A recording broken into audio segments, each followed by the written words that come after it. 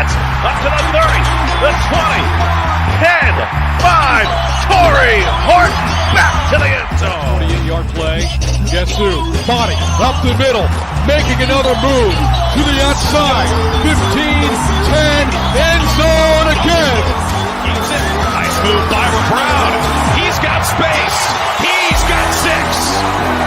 35-yard touchdown for Byron Brown. A record-setting night for the South Florida quarterback. Down so far, a little bit of a high snap. Genty right up the middle.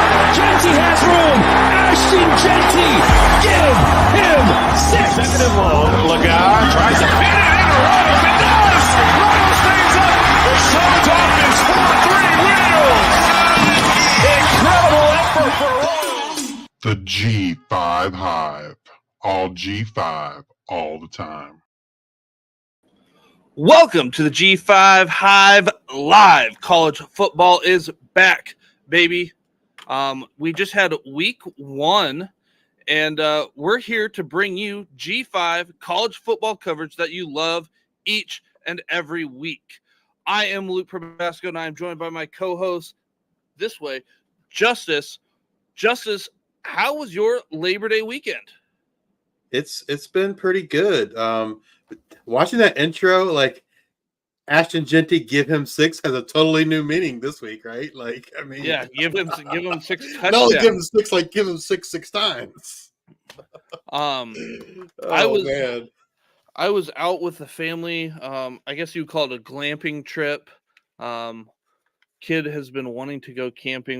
He wants to, go go camping out in a tent next. So we're going to do that for his birthday here soon. So I did not get to watch as much as I would like to week 1, but I got as much up to date that I could. I asked some questions, reached out to beat reporters about some injuries. So we're going to have that for you coming up soon.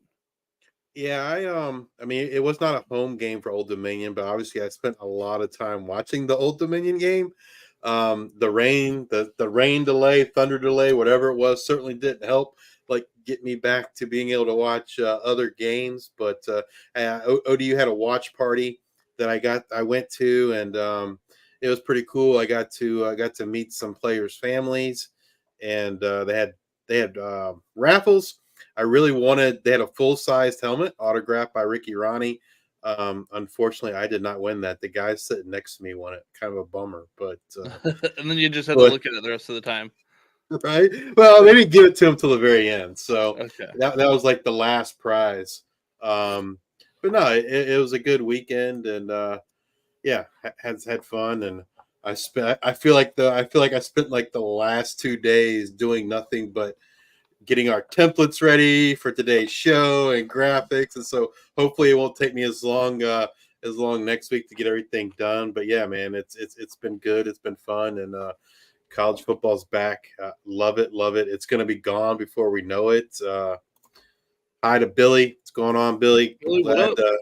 Glad you could join us again. Always one of our loyal listeners and supporters, and we greatly appreciate it. And if you're watching us on YouTube, please hit that like and subscribe button. If you're watching us on X, please give us a follow, a like, and a retweet. And if you're listening in podcast form, please rate and review. We're doing good on YouTube. We're crossed the 400 follower mark. Now we're on to 500, and to the moon, man, right to the moon. And good things coming. We did an interview last week. I did an interview last week with Dylan Goffney, wide receiver from Colorado State. That dropped this morning. You and I did another interview today with the player that'll release sometime towards the end of the week. Man, just lots of stuff going on. Lots of things to be excited for. And like Billy Tuesday, he dropped a comment in the chat. If you're watching us on X, if you're watching us on YouTube, please drop a comment. We'll try to get to it if we can. I guess let's get right into the G5 Hive Players of the Week for week 1. So we have on offense, I have selected none other than Ashton Genty, Boise State. Kind of seemed like a no duh, but I feel like if we don't put him in there, then people are going to be like, why didn't you put him in there? So he has 267 yards rushing, 6 rushing touchdowns in the 56-45 victory for Boise State. Yeah, like I said earlier, the give him 6, man. He got 6 for 6. He was he started off his Heisman campaign in fine fashion, right? I mean, I don't know that the Boise State necessarily would say that from a they gave up a lot of points perspective. I don't think the defense necessarily played as well as Boise State would hoped, and definitely think they're going to have to kind of get that defense shored up if they want to make the college football playoff. But the Ashton Jeanty for Heisman campaign is off to a strong start. All right, for my player of the week, wide receiver Nick Nash from San Jose State. He had 10 receptions, 170 yards receiving, 2 receiving touchdowns, and he also threw for a touchdown. If folks don't remember, Nick Nash started his career as a quarterback for San Jose State. Matter of fact, he's the one that led them to victory. I believe it was against Arkansas, and is at Arkansas against the SEC team. So Nick Nash, old quarterback turned receiver. They had that trick play, and he threw a 20-yard perfect pass for a touchdown early in that game, and then obviously did his thing catching the ball. So shout out to Nick Nash. We're going to be talking a lot of Nick Nash tonight. This is the first one, but we're going to be talking a lot of Nick Nash tonight. Moving on to the defensive side, another guy we're going to be talking about a lot tonight. For the defensive players is defensive end Mike Green from Marshall. He had 9 tackles, 1.5 sacks, 1.5 tackles for loss, and he did all that without even playing in the fourth quarter. He played the first 3 quarters. The game was out of hand. They sat him in the fourth quarter. Just imagine what he could have did if he played all 4 quarters. But he led Marshall, the Thundering Herd, there to a 45-3 victory. Mike Green, if you're a listener or supporter of ours, someone you should be familiar with. When we talked to the Thundercast pod, they just raved about Mike Green. Both KD and Russ did, and you know that they nailed that one. They had a home run there because Mike Green really showed out week 1. And then I selected linebacker Jackson Woodard, UNLV, 11 tackles, 3 sacks, which now is tied for he's got a 3-way tie for the nation in sacks, 4 tackles for losses, 1 pass defended in a 27-7 G5 over P4 victory for UNLV. So figure, you have the first G5 over P4 win. You got to take somebody from that defense. And he had a heck of a game, man. I saw where he was thanking some of his teammates, particularly the linebacker that started next to him, and you have to forgive me, the name escapes me, but he was saying, "Hey, man, like that dude really stepped up, and that allowed me to instead of having to stick my run responsibilities, allowed him to kind of rush the quarterback more, and it paid dividends there for UNLV week 1 in that victory." All right. Yeah, go ahead with our what the swarm needs to know. What are our news and notes from week 1? So, the first piece of news is not necessarily a G5 specific piece of news, but it's something we talked about last week, and that's the QR codes that Oklahoma State had planned to put on their helmets, right? Where folks watching the TV could scan that code and they could donate directly to the Oklahoma State Collective. Well, the good old NCAA said, not so fast, my friends, and they have banned Oklahoma State from putting those QR codes on those helmets. I don't know, it's kind of disappointing, right? Like they thought of something kind of clever, and the NCAA says, yeah, I don't think so. Because ultimately, I guess the NCAA is not making money off of it, and so they were like, "Yeah, you can't do that." The kind of taking after the no fun league or the NFL, if you will. We've talked about this a couple times, but it keeps coming up. It's kind of being reported now that wide receiver Stephen McBride from Hawaii will not play in 2024. he had some eligibility issues, and it seems like they're not going to be able to get those resolved. A couple of quarterback news that we got towards the end of last week. Darian Mensah was the starter QB1 for Tulane. They said they were going to play all three. Clearly, Darian Mensah is the guy there at Tulane. And then I don't know, like maybe 10 minutes, 15 minutes before the start, we got word that Hunter Watson had won that job there at Sam Houston. He started week 1, and we're going to be talking about a lot about Hunter Watson tonight as well. There for Sam Houston. He's Luke's favorite. Yeah, and I can't stress this enough about Hunter Watson, Darian Mensah. If you follow us at all, if you're in some chats with us, we've kind of alluded to some of this stuff a while ago. The Hunter Watson one is just kind of a hunch by me. No really information about that. I even think I wrote an article about it. How I thought he would take over by the Hawaii game. So this is the stuff that you're going to get when you follow the G5 Hive. And if you're in any group chats with us, stuff that we're not going to say a whole bunch, but we can allude to some stuff. And Darian Mensah was something that, kind of we pegged, I don't know, maybe 5-7 days out from the beginning of the season. It's something that caught our eye and dug a little deeper. And yeah. Yeah, I mean, there's going to be tons of guys like that we talk about tonight that were mentioned in our Worker Bee series. And so, yeah, it definitely pays to subscribe and get notifications. Turn your notifications on for when we release a new content. And then the final piece of quarterback news: Stone Earl was quarterback 1 for Marshall. They played all 3 quarterbacks: Stone Earl, Braylon Braxton, and Cole Pennington. Earl started the game, got the majority of the snaps. Then Braxton came in, and then I think Cole Pennington had like one drive only. I think. Yep. So we'll kind of see how that shakes out moving forward. But it looks like for right now, maybe Stone Earl will be the quarterback there for the Thundering Herd.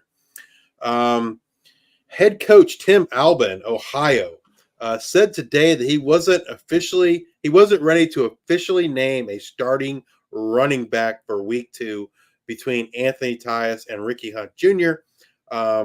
If you didn't catch the Ohio game, they both played. Anthony Tyus Jr. just went nuts. And we were big on Ricky Hunt Jr. We thought he had that big bowl game.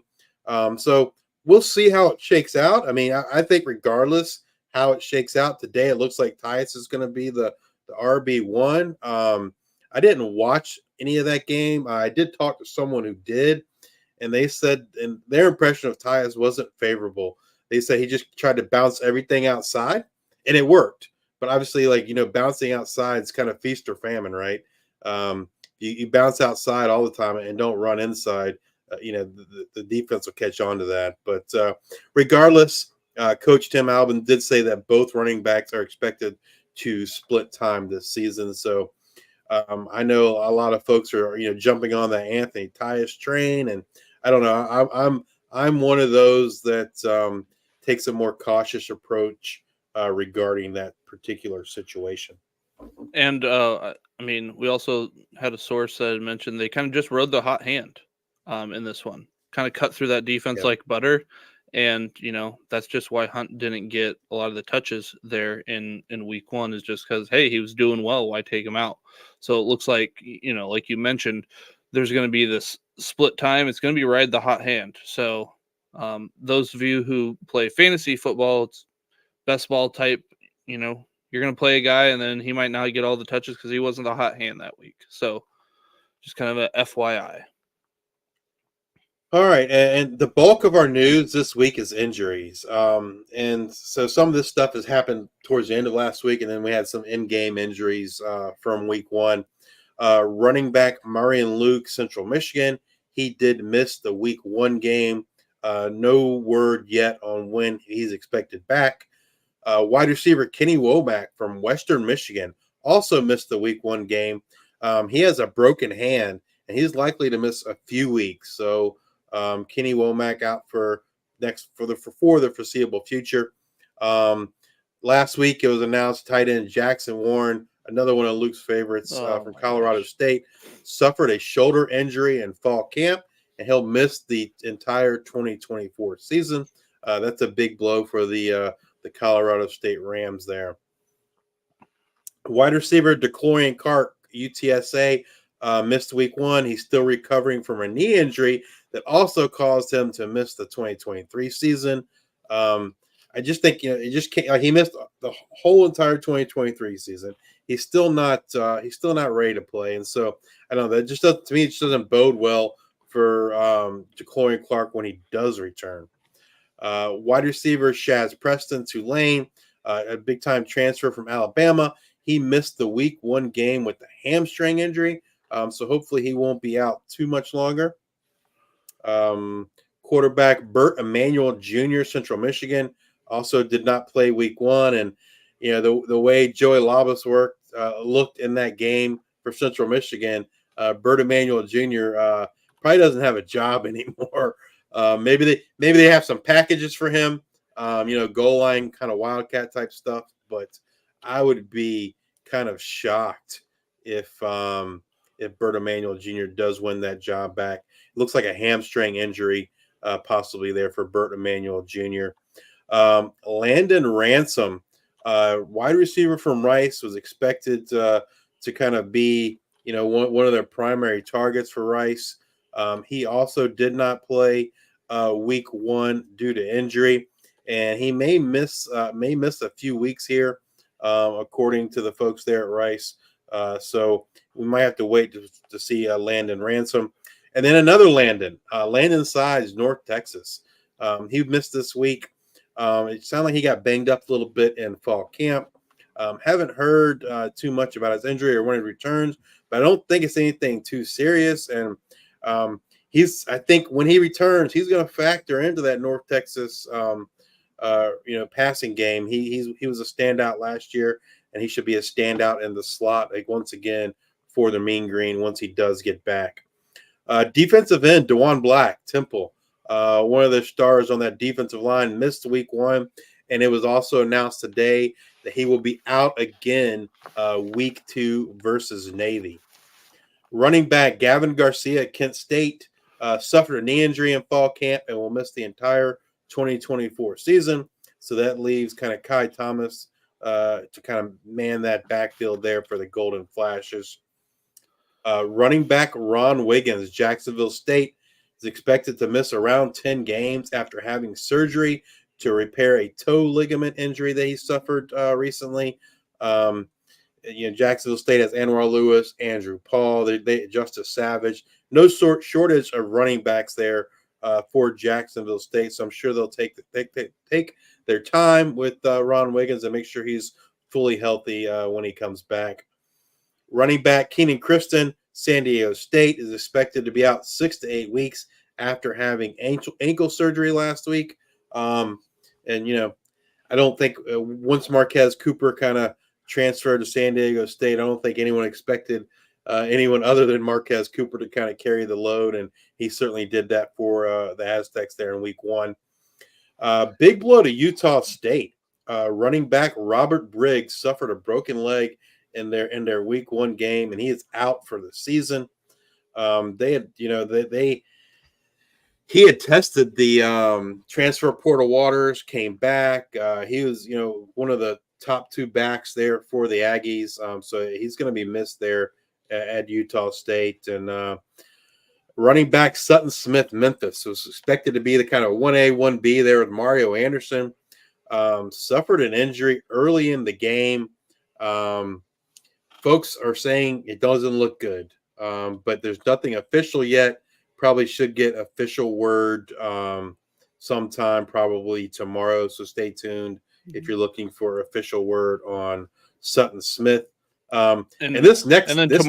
Tomorrow would be Tuesday. If you're listening to us in podcast form, probably at some point Tuesday we'll hear some more. Yeah, Tuesday the 3rd should be some more news. Sorry about that on Sutton Smith. And this next one, man, this one hurt big time because they didn't play till late. The news didn't come out till right before the game, and so it was a kind of a crushing blow for me personally. But tight end John Michael Gillenborg missed week 1 with a lower body injury. And he's 50-50 for week 2. If you watch that game, Wyoming did not look good. Hopefully they can get things turned around here in week 2. But that may be once again without John Michael Gillenborg. We certainly expect a big season for him. So let's just hope he gets healthy and he's ready to go once he does get back. Wide receiver Chase Swell, East Carolina, sat out week 1. I have not been able to find anything on what that injury was or what his timeline is. In his absence, kind of Anthony Smith had a big day. But I would expect once Chase Swell's back, he kind of would assume that wide receiver 1 role there. Fullback Dylan Carson from Air Force. A lot of folks, this was a big shock, right? Because the guy that led Air Force in rushing wasn't even listed on the official roster. But the starter there, Dylan Carson, he got injured on the first drive. We are getting some updated info. You got anything new, Luke, there on Dylan Carson? Yeah, so he had 7 attempts there in that first drive, got hurt. We'll see how this plays out, but I'm not going to expect to have Dylan Carson, at least for next week for sure. We'll see about, what they have going forward, but could be an extended period for Dylan Carson, but we'll see what kind of information comes out of Air Force. Quarterback Ben Finley, Akron, got injured on the first drive with a rib injury.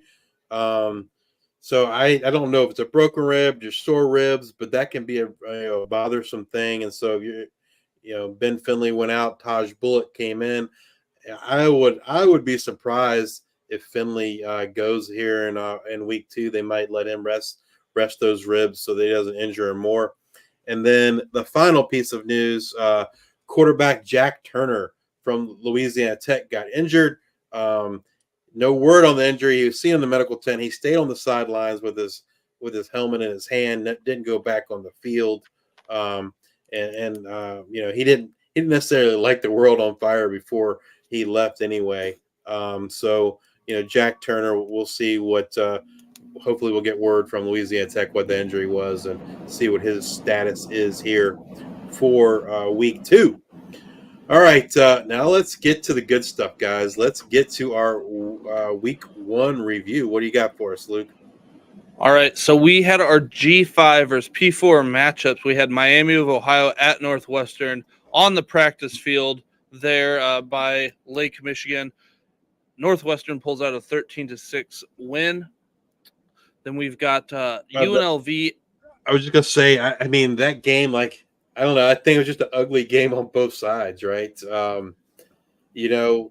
Northwestern's not a great team, a Big Ten team. I really thought Miami of Ohio would could squeak that out, but they just couldn't get it done. One thing that did emerge was Cade McDonald, right? He looked like the favorite target there of Brett Gabbert. But yeah, they just really couldn't get it done against Northwestern. Yeah, that would have been a huge win for the MAC, right? Especially to try to increase their chances for getting that automatic berth. But at the end of the day, they just didn't get it done. And then we had UNLV, as we mentioned before, pulls out the 27-7 win over Houston. That was just a shellacking. I got to watch some of that at a bar while I was glamping. Made it to some live music, and that was inside, so I got to watch a little bit of that. I just can't wait for that Friday matchup. I think it's October 25th, Boise State and UNLV. I think that'll be a great game. Houston, man, they're bad. They are bad. I don't even know what to say about them. Like I don't know what their schedule is, but it's possible they might not win a game. They did not look good, and one thing like. UNLV, offensively, didn't necessarily they scored points, but they didn't put up huge numbers offensively.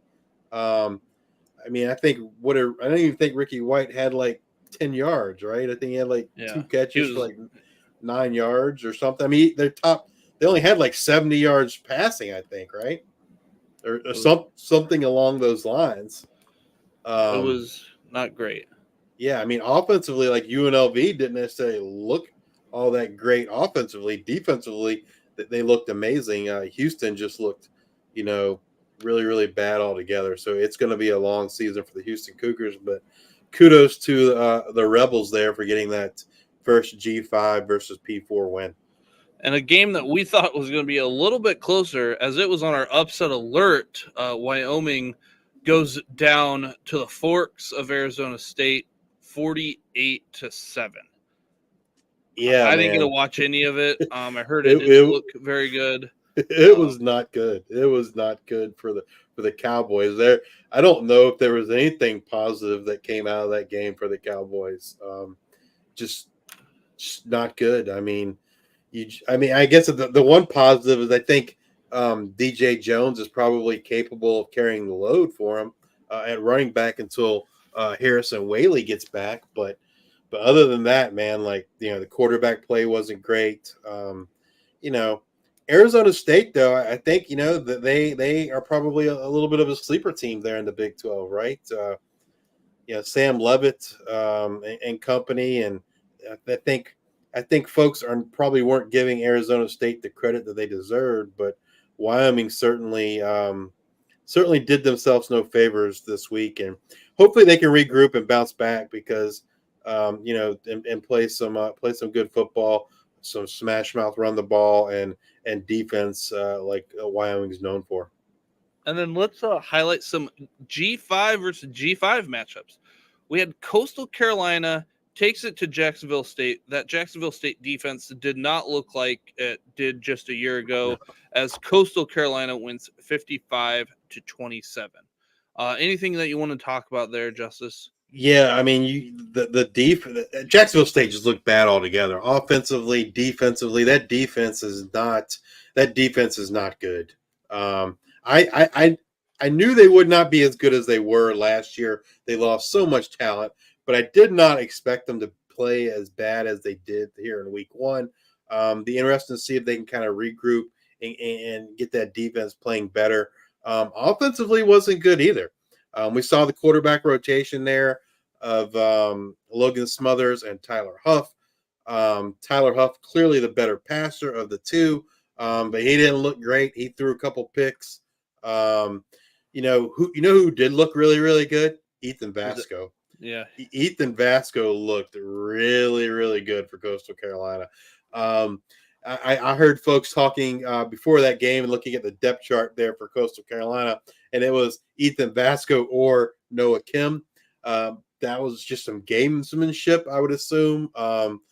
Ethan Vasco looked really good, and I expect him to have a huge season there for the Chanticleers. They rotated at running back as you might expect in that offense, and then receiver. I don't know that any one receiver really kind of stood out to me, but Ethan Vasco was the star of the show, the star of the game on Thursday night. It happened Thursday, but getting all the way through the week, Vasco was named the Sun Belt Player of the Week. So yeah, he looked good, man. He looked really good running and passing. So big season incoming. Chance up. That's right. So then we got, I guess, I don't know if I want to keep this to the end or not, but this is an exciting game. I got to watch a little bit of this on my going between different places while we're out. But Boise State wins 56-45 over Georgia Southern. It actually kind of looked like a rout there at the beginning when I first tuned in, and then later I tuned in. It was a lot closer. Justice, did you have eyes on this one? I know you had more eyes on it than I did. Yeah, I mean, Boise JC French was kind of like a shocker to me. Like you said, Boise State got out to that 14-0 lead. But kind of the shocking thing for me was the play of JC French, man. Like, we saw him in limited action a year ago. But when we saw him a year ago, it was mostly like special packages, And when J.C. French was in, like he was going to run the ball. And so I certainly did not have J.C. French having 50 pass attempts on my bingo card. Like that was not something I saw coming. But man, he looked pretty good. He completed 28 of them. Throwing to Derwin Burgess Jr., Dalen Cobb, kind of the top two targets there. And then, he did well on the ground too.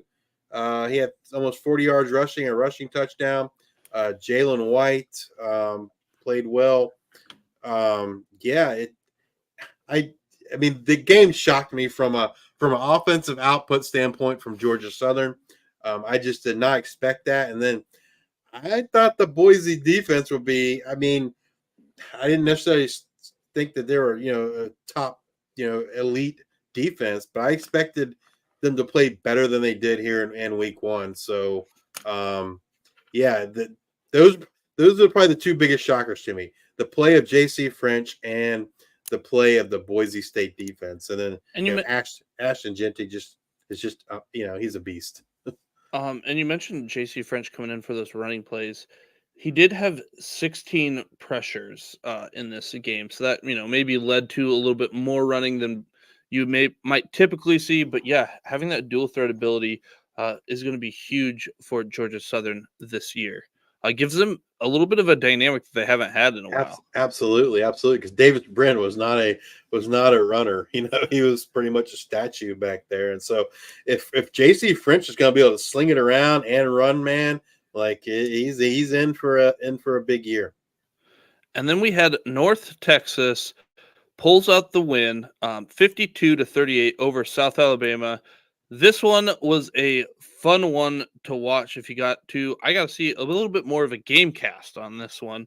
But what do you want to mention here from North Texas? We've got a new quarterback on North Texas. We've got a freshman, I guess it would be a redshirt freshman there on the other side. What do you want to mention here, Justice? Yeah, I mean, I got to see the first half, and it was, kind of back and forth, pretty tight first half, and then I did not see the second half. I had left to go to the Old Dominion watch party, and man, North Texas just kind of lit them up there in the second half.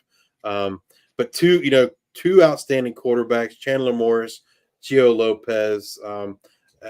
Definitely an exciting game if you like offense. I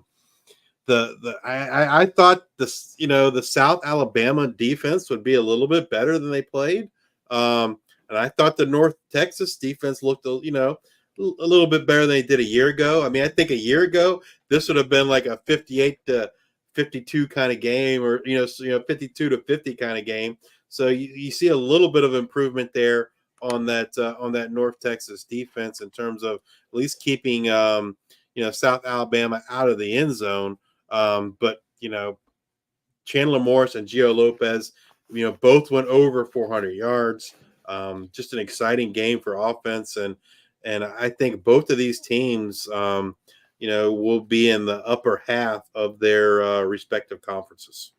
And when people tune into Sunbelt games, when people turn into games like this for South Alabama and North Texas, when they're looking at this is what they're expecting. They're expecting like these gunslinger type games where you got Gio Lopez 49 pass attempts, and then you've got Chandler Morris 41 pass attempts. Like you said, both going over 400 yards.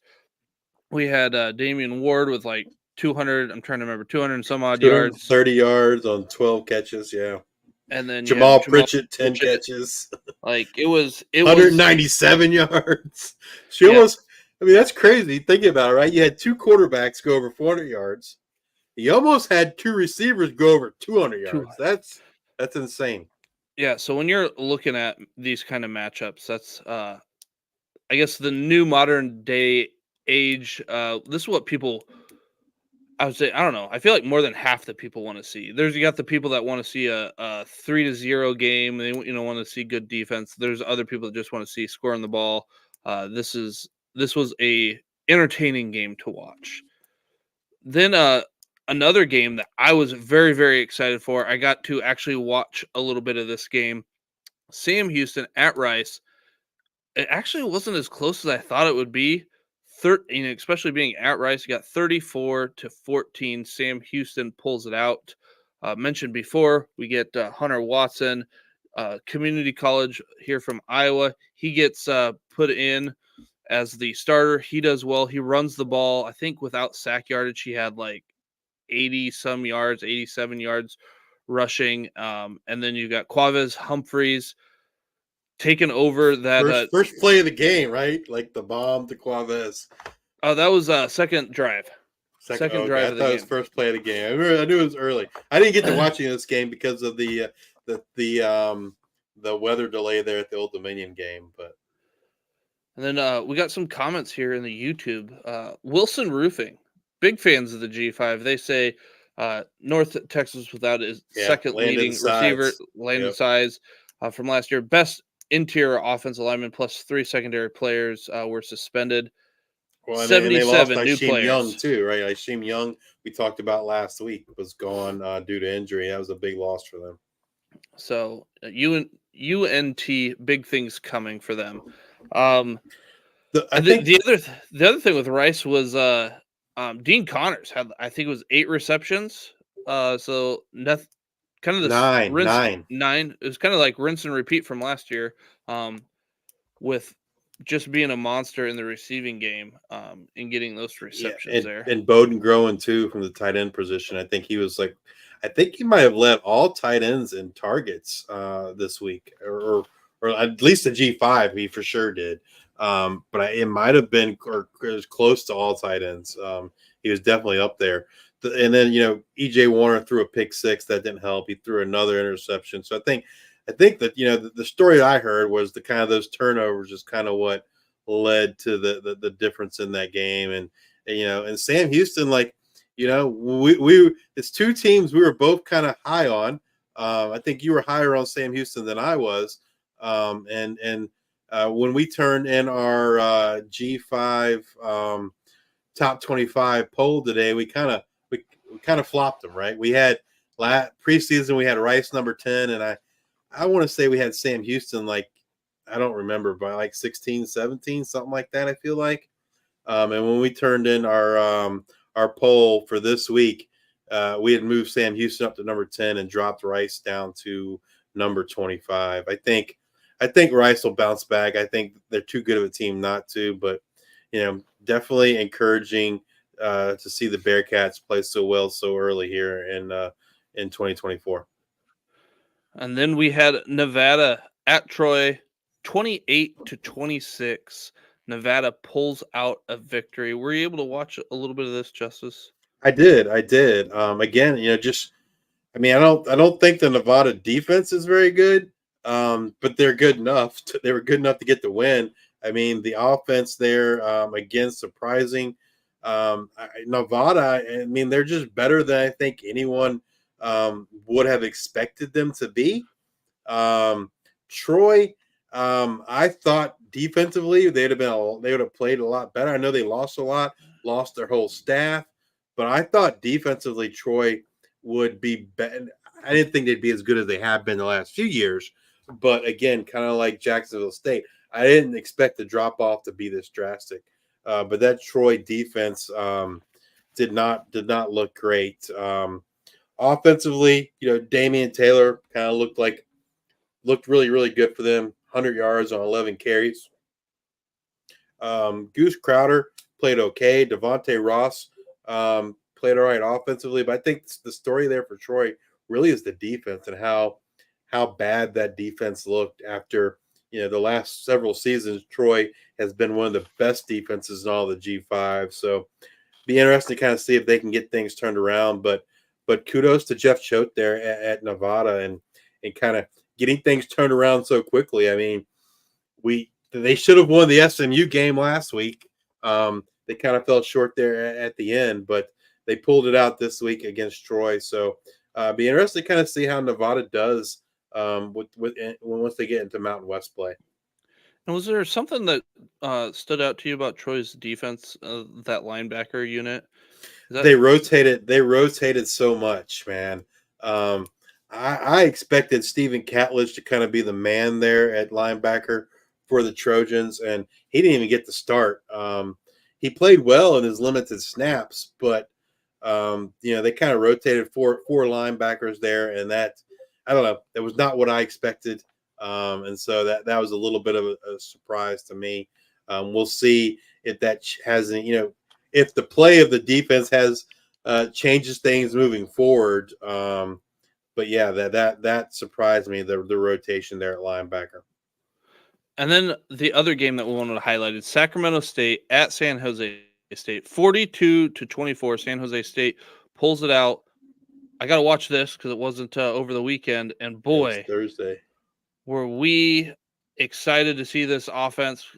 We're wanting to see what it's going to be. We hear it's not going to be a triple option. They hire an offensive coordinator that's far from the triple option, the spread and shred offense. And we saw Nick Nash shred up the defense. Was it 15 targets, 16 targets, something like that? Yeah, 16 10 targets, 10 receptions. catches, 170 yards, 2 touchdowns, threw for a touchdown, as we said earlier. Yeah. Floyd Chalk looked good too, right? I mean, they talked about that being a 1A, 1B situation with Jabari Bates and Floyd Chalk. And I don't know, Floyd Chalk looked like the man to me. He had a good game. And Emmett Brown started off kind of rough, but he played better as the game went on. Yeah, and then the other kind of piece of news and notes for the San Jose offense was they brought in a because we were kind of talking about it beforehand. I don't know, early in week one, later this week was they brought in the transfer that was a slot wide receiver, and Nick Nash was that slot wide receiver was listed behind Nick Nash as that number 2. So it's like if you were reading between the lines there, you could assume that Nick Nash was be there in the slot.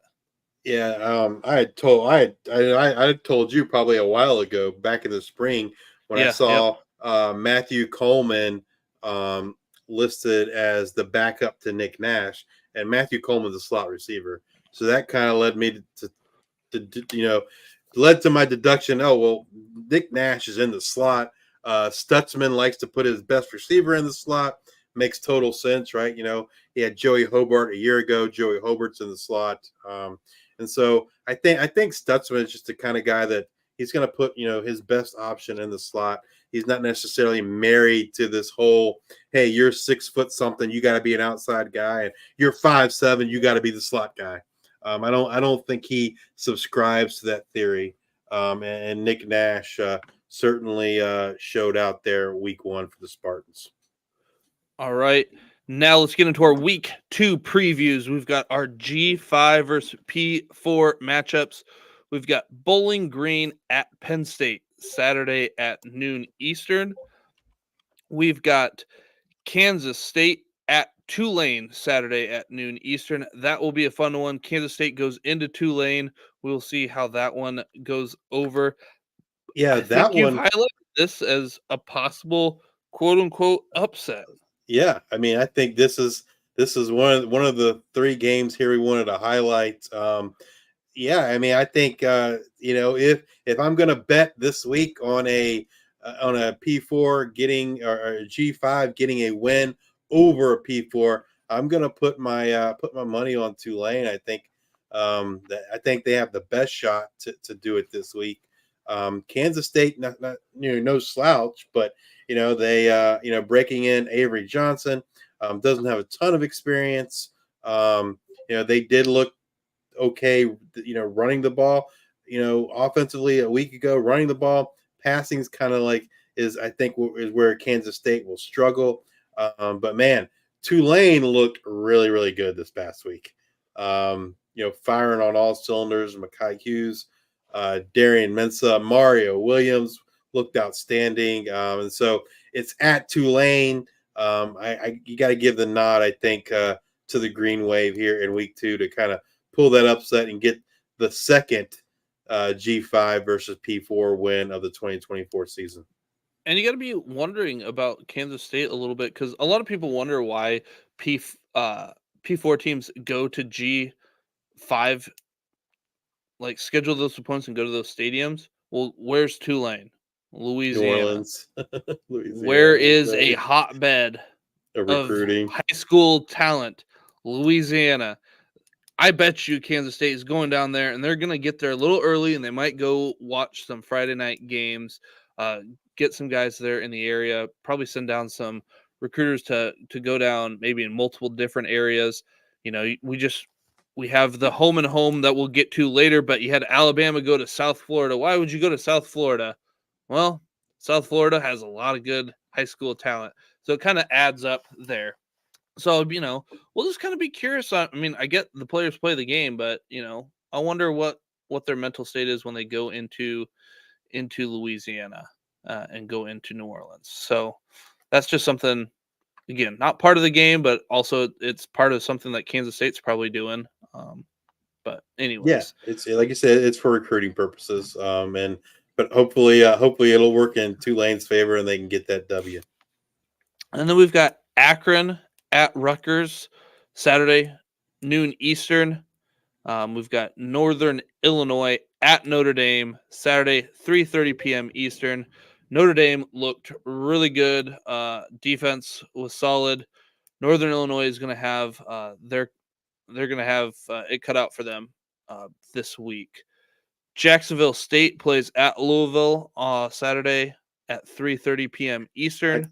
I saw Rich Rod said today that Louisville's the best team in the ACC, and at first I was like, he's crazy. But then I started thinking about it, I was like, well, he might not be too far off, right? Florida State's terrible. Clemson doesn't look good. Virginia Tech lost to Vanderbilt. It's And those Miami. Miami did look really good, but Miami hasn't been able to close the deal, so to speak, in a long time. So, I mean, he's not too crazy, like thinking Louisville might be the best team in the ACC. They look good in week 1, but we'll see how it plays out for them. But Jacksonville State's got to get better quarterback play, and they got to play much better defense for them to kind of repeat the success they had a year ago. Now, a game we don't have on here, but is really intriguing to me. Charlotte at North Carolina Saturday, 3:30 p.m. Eastern. You've got North Carolina. Max Johnson broke his leg, so we're gonna have Out for the year. Connor probably Harrell. gonna have Connor Harold, who's gonna be running the ball a little bit more. So, probably a low scoring game. But then Charlotte, we kind of talked about it in our Worker Bee series, where Charlotte is going to be throwing the ball a little bit more, and that was on display this last week. We had Max Brown with 45 pass attempts. Granted, only 22 completions for 189 yards, but threw the ball a lot more. And what was it? Isaiah, trying to think of his Myers. Freshman, had a pretty solid game for them, a name to watch out for. But like, if North Carolina thinks that this is a game that they might be able to quote unquote play with their food while they try to figure out some stuff, I could see them getting, just like if you let them hang around too long. I mean, Charlotte was not very good this last week against, was it JMU that they played? Was not very good at all. But I could see this being like one of those. If you try to go in there sleepwalking, you might get got.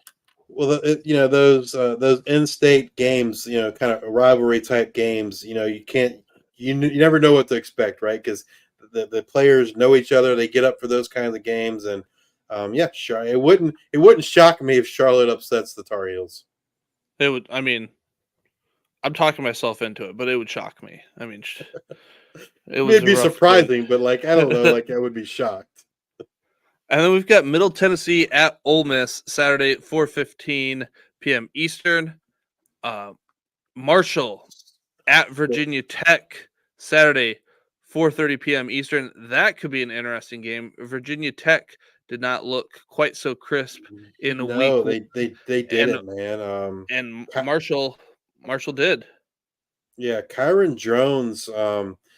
I think he started cramping up towards the end of the game, and so they put Colin Schlee there at the end. I don't think there's anything too serious to worry about with Jones, but man, that Virginia Tech defense did not look good at all. Like I expected that Virginia Tech defense to be, like top 12, top 15 defense, and you know, Diego Pavia just he shredded them with his legs, man. Like, yeah, that defense left a lot to be desired. Virginia Tech was a team that I was huge on this year to possibly win and be in that ACC championship game, but they did not look good week one. Marshall, yeah, it'll be interesting to see what Marshall can do there against the Hokies. I think the Hokies are going to be a little perturbed after losing to Vanderbilt, so they might take things out there on the Thundering Herd. But hey, the last time the two teams played, I'm pretty sure the Thundering Herd got the W, so they know how to beat the Hokies.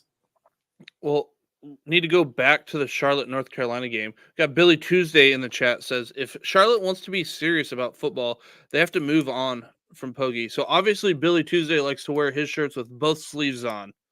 If you're not familiar with that reference, Biff iconically just likes to tear the sleeves off, and it doesn't even look Cuts good. them It's not off, like yeah. cut. And V-necks. He V-necks Yeah, it too. V-necks. So Billy Tuesday obviously likes his sleeves. Getting into our next game, Sam Houston at UCF Saturday, 6:30 p.m. Eastern game. I'm just, I'm all aboard the Sam Houston bandwagon this year. I mean, I don't really expect him to win this game, but I wouldn't be surprised. I was gonna say, yeah, Hunter, maybe this game probably deserved to be up here on the screen here as a possible upset, right? Because I mean, I don't think KJ Jefferson looked all that great there in and week Sam one. Houston's defense looked pretty good, way Yeah, better, yeah. maybe than anticipated. They looked really good, and yeah, Hunter Watson doesn't have a lot of tape out there, so might be a little bit harder for UCF to get all their tells and whatnot. But UCF likes to play up pace, and Sam Houston, I feel like, can do just the same. So that could be a real fun game to watch. Then we've got South Florida goes to Alabama Saturday at 7 p.m. Eastern. This game was very close last year. I don't know how it's going to go this year, but that'll be one that I'll tune in to see how that things are going there. Justice, what are your thoughts? Do you think South Florida can maybe pull this one out this year? I mean, it's going to be a good test for their defense, right? We'll see how much that defense has improved. I think the offense can probably keep pace, provided Byron Brown doesn't take too many shots and get hurt. But yeah, I think. I mean, I think they can. But it's going to be on that South Florida defense to kind of step up. Alabama looked good in week one on offense, very efficient, and so we'll see what that South Florida defense can slow them down. Then we've got Buffalo going to Missouri Saturday at 7 p.m. Eastern. We've got Western Michigan at Ohio State Saturday at 7:30 p.m. Eastern. Western Michigan gave quite the fight to Wisconsin, and if it weren't for a botched punt return, that game might go a little bit different way. You can't say it for sure, but it definitely things shifted once that happened. Yeah. Then we've got App State at Clemson Saturday, 8 p.m. Eastern. We've got that as a potential G5 over P4 quote unquote upset. We've got App State kind of putting in this running back by committee, at least week one. Caden Robinson, 8 receptions, 10 targets, over 100 yards receiving. Joey Aguilar slinging it around again. I mean, this is going to be a typical, if Clemson wins this game, it's just going to be like the athletes. I think it's going to be the game that's won in the trenches. How does that defensive line go up against the offensive line, vice versa? I mean, App State the last 2 years they played Carolina, right? And those were high scoring back and forth games. I can kind of see that this game turning into kind of having a similar feel, and maybe App State gets the upset, man. I don't know Clemson's if Clemson can keep up that's- offensively. Clemson's offense did not look good. Did not look good a week ago. Now they're playing, probably arguably the best team in the nation in Georgia. But the offense did not look good. You know, in week one here. But yeah, App State's always kind of played the big boys hard. Think about back to when they were in the FCS. Went to the big house, beat Michigan. A couple years ago, they beat Texas A&M at Texas A&M. They beat Carolina a couple times. So might be Clemson's turn to lose to the boys there from Boone. And then the other game, we've got Boise State goes to Oregon Saturday, 10 p.m. Eastern. We'll be watching that game closely. We talked about, the P4 going over to the G5 teams to recruit. Well, you know what? I think Boise State's going to Oregon to recruit some guys. That's what I think is going to happen. Boise State, they played fairly well against Washington last year. Washington goes to the was it the semifinals, or did they made the national Washington made championship game? the Natty, yeah. So, they can play these games. Historically, you got that game with the Statue of Liberty, and you've got the hook and ladder Against Oklahoma, yeah, that bowl game. So, but we'll see if Oregon. It was weird game. Oregon didn't look great, man. But I think they were just I'm assuming they're being very vanilla on purpose. Yeah, I'm curious if they're holding it back for this game. Well, they're gonna. I think they're gonna have to do a little bit more this week. Boise State's going to want to continue that Ashton Jeanty for Heisman campaign, right? This is like their biggest game of the year in terms of national attention, and so I think they're going to do everything in their power to get the win and to showcase Ashton Jeanty. And then we've got Utah State at USC Saturday at 11 p.m. Eastern. That USC defense looked a lot better. It did. It looked pretty good. It's amazing what some new coaching can do, right? Because they really didn't change that personnel all that much. No, but they brought over the defensive coordinator from UCLA, and then there was another defensive hire that just looks like home run hires for the defense there for Lincoln Riley and USC. Miller Moss looked pretty good. Woody Marks played well. And Utah State, Spencer Petras, he did get injured in that game. I think it was an ankle injury, and the word we heard was that if they needed him, he could have went back in. I think Bryson Barnes came in and played really, really well actually.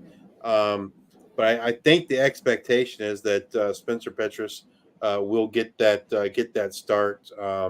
Kyrie Rowan, who I think we'll talk about maybe a little bit later, had a big game. Only had 3 catches, man, but he made the most of those 3 catches. He made them count. Absolutely, he made them count. He looked pretty good there for that Utah State team there in week 1.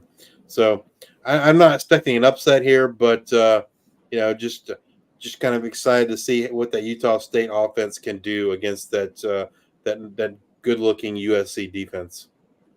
Well, let's get into our G5 versus G5 matchups. We've got Troy at Memphis, Saturday, noon Eastern.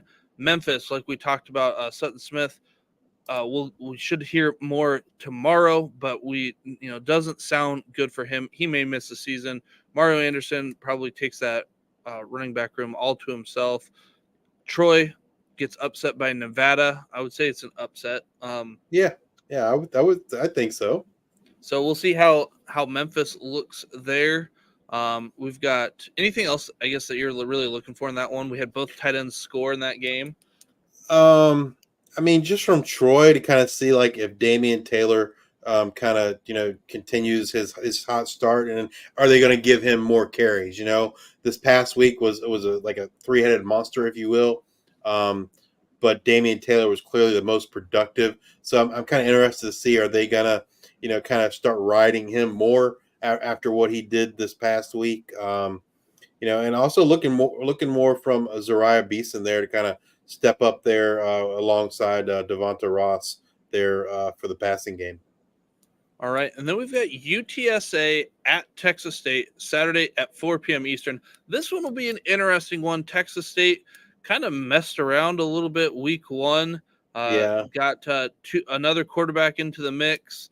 UTSA got Owen McCowan, Devin McEwen tearing it up at UTSA. It's, definitely not Frank Harris, but that UTSA offense looking pretty good. We could see fireworks. Are we going to see another North Texas, South Alabama type game here? I kind of think we might. I think this game has that potential, right? Of all the G5 versus G5 matchups, I think this is the one that kind of has that 52-48, potential shootout there with both offenses. Showed out well last week, and expect more this week.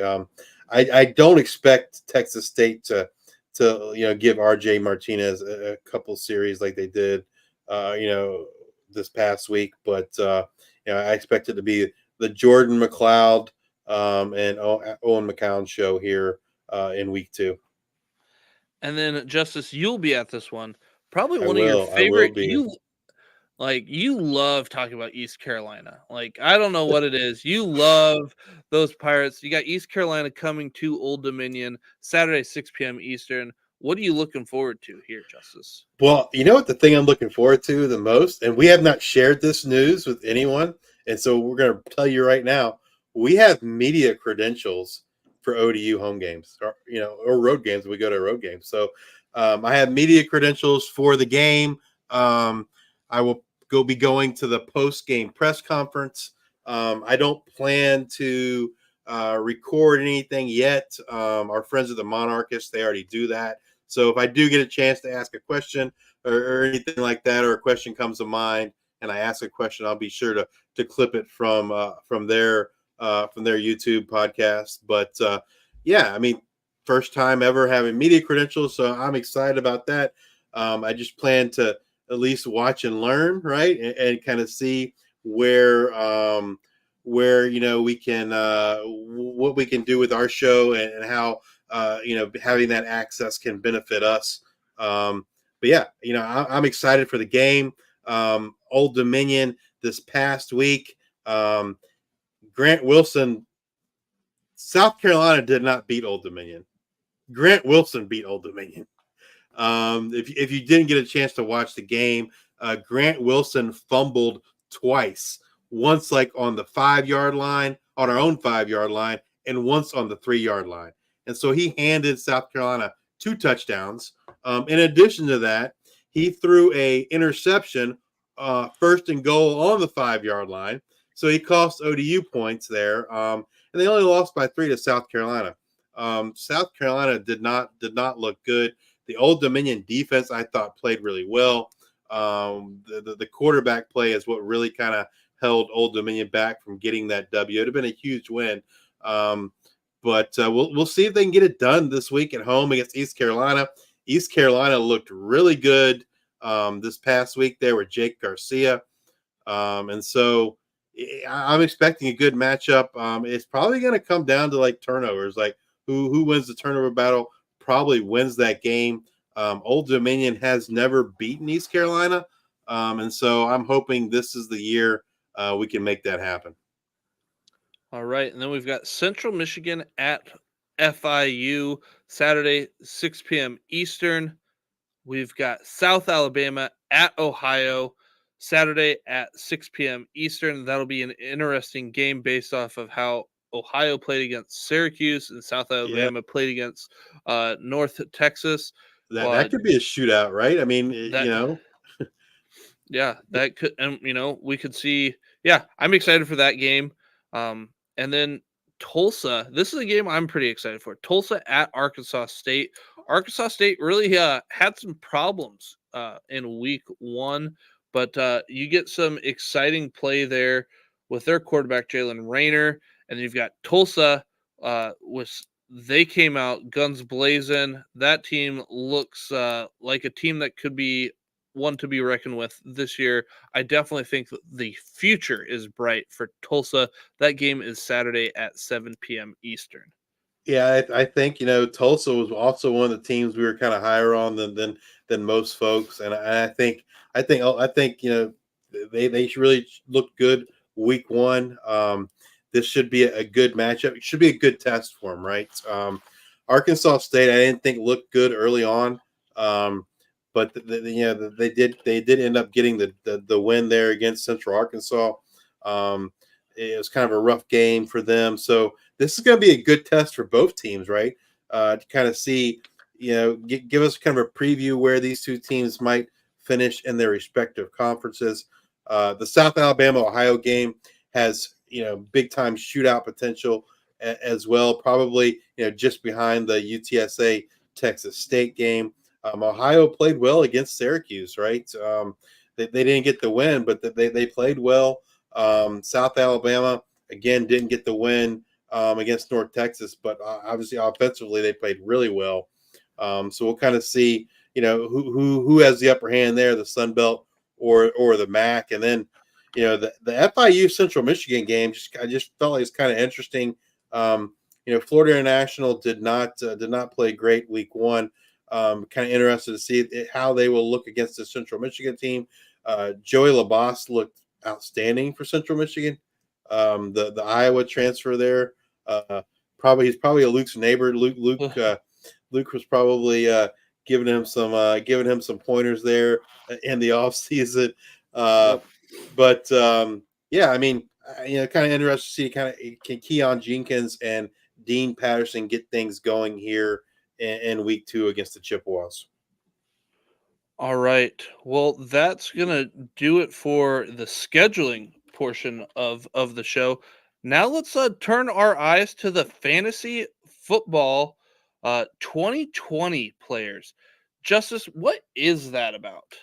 Yeah, and so this year, in the past, it's been solely fantasy football or college fantasy football centric. This year, the 2020 players isn't necessarily like fantasy football centric. These are just the top producers in G5, whether it be quarterbacks, running backs, receivers, tight ends, which we did a year ago.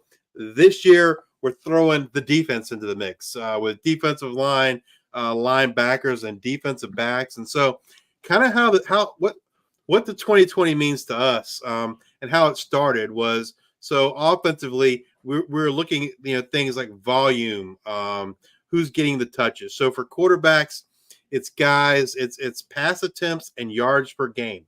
So attempts per game and yards per game in the top 20.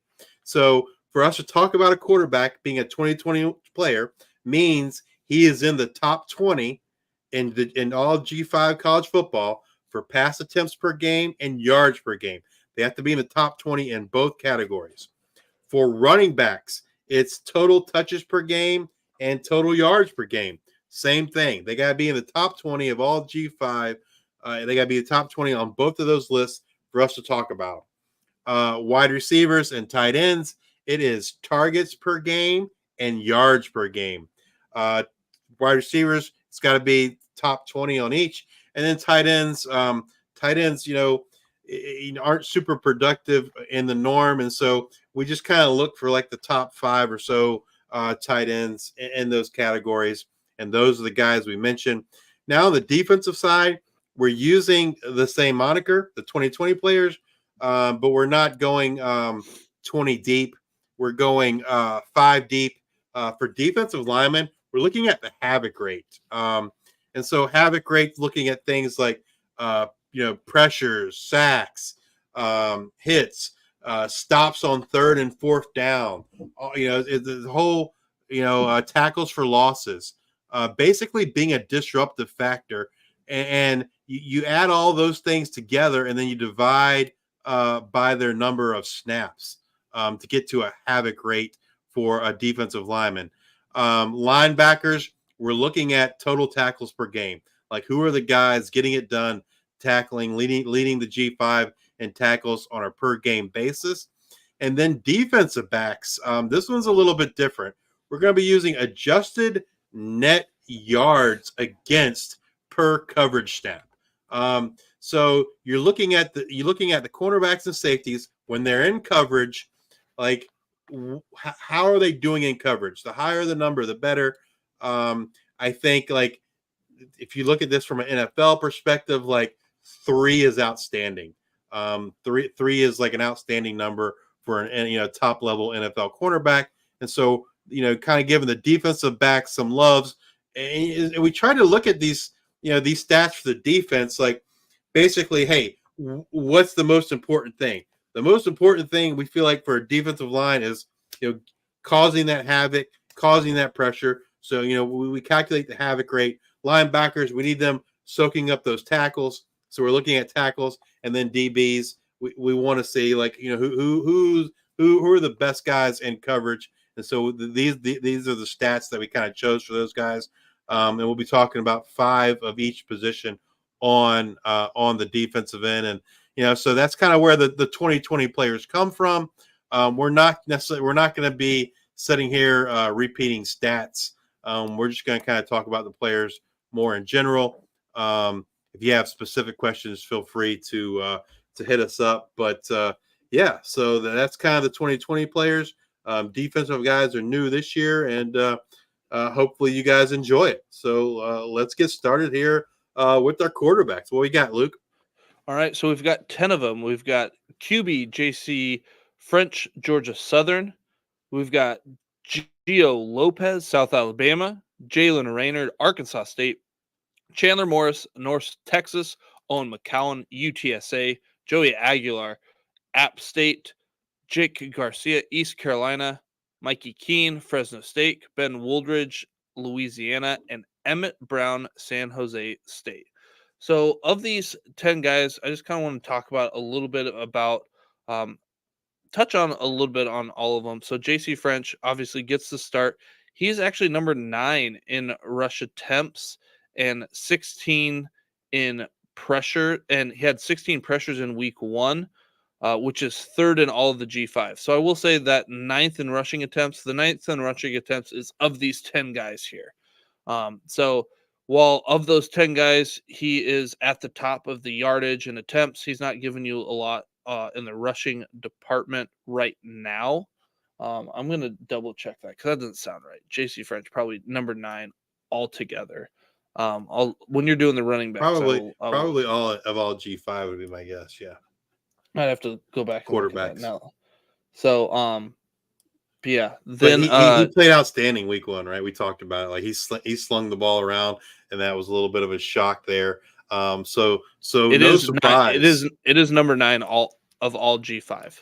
Yep. The one thing I point out on this graphic, if you're watching on YouTube, so we have them ranked 1 through 10, and that's ranked. That's their ranks in terms of pass attempts for these 10 guys.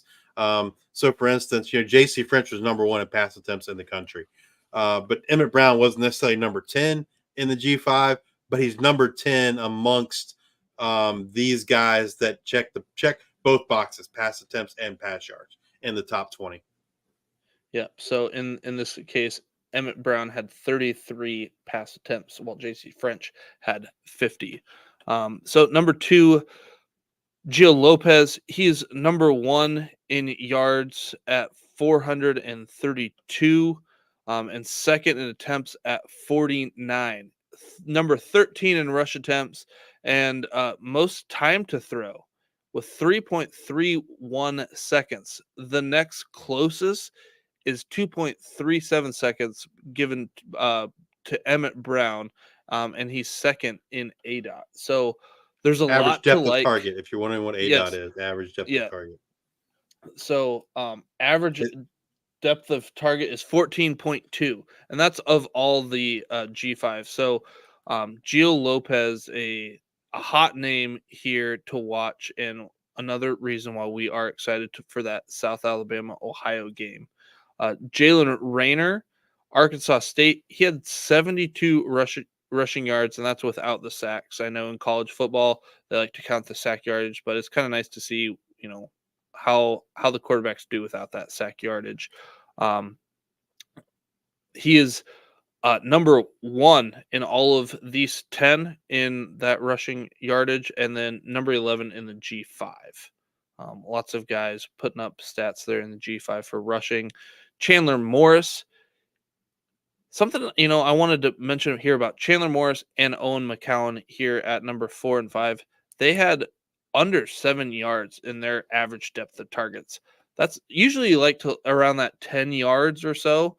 So they're more underneath stuff. So that'll be something to kind of watch. Chandler Morris, you would think coming from TCU could be able to push that ball a little bit more.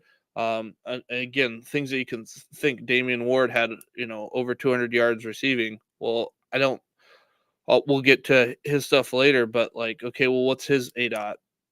And like Owen McCown coming in, I guess he played in the bowl game, but like he's, how do these guys develop over the year? Just something to kind of be aware of, and maybe you start seeing them slide down this number. Maybe they're not at 4 and 5, and maybe they're at 9 and 10. If this is something that continues this year, you've got Joey Aguilar, App State. He's just a solid dude. Like I just feel like this is he's going to be right in that 5, 6, 7 all year. Like he just does a lot of things really well. And I would say maybe not like something really, really spectacular. Right. He's just a solid quarterback. Kind of what you're going to get. I'm excited to see how App State looks against Clemson and how he's able to play against that defense. This is a great opportunity for him and App State. You have Jake Garcia coming in at 7, and then I want to also highlight Ben Woolridge at Louisiana coming in at, was it number 9? Yep.